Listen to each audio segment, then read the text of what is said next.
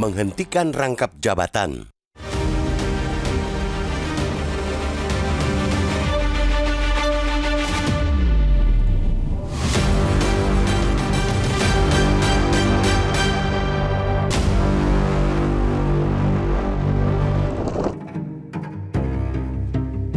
Negeri ini jelas tidak kekurangan manusia unggul yang punya kapasitas memimpin atau mengawasi institusi. Sayangnya, pada saat yang sama, bangsa ini juga banyak dihiasi pejabat-pejabat yang merasa bisa melakukan segala hal. Bahkan ada yang merasa bahwa hanya dialah yang paling bisa menduduki jabatan-jabatan tertentu.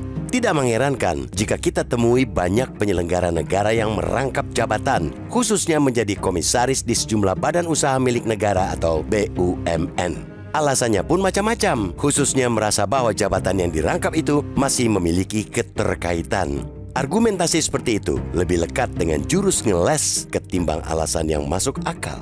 Sampai pertengahan Juni lalu, sebanyak 25 wakil menteri wamen di Kabinet Merah Putih merangkap jabatan menjadi komisaris berbagai BUMN. 3 bulan kemudian jumlahnya bertambah menjadi 31 orang. Kondisi itu menandakan bahwa kritik bertubi-tubi dari publik dianggap angin lalu.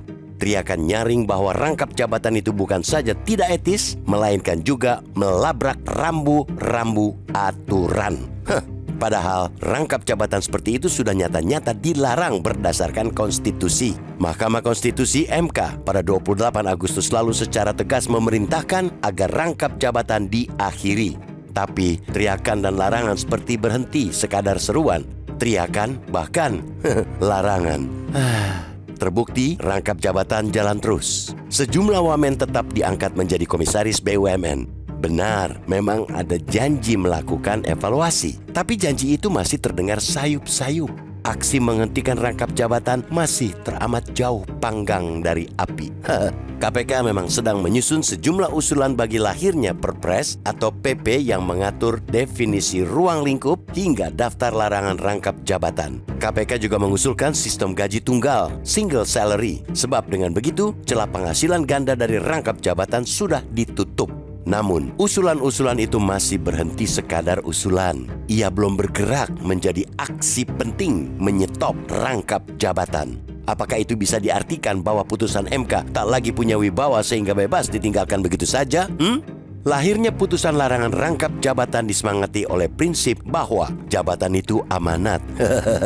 Karena amanat, jabatan tidak bisa dijalankan secara sambil lalu. Jabatan juga menuntut pelaksanaan etika yang ketat, menjauhkan diri sejauh-jauhnya dari potensi konflik kepentingan dan penyalahgunaan kekuasaan. Negeri ini sudah lama teramat longgar memaklumi itu semua, bahkan menganggap remeh. Rakyat di negeri ini butuh keteladanan aksi. Publik menunggu para pejabat yang otentik, yakni pejabat yang menyatu antara kata dan perbuatan.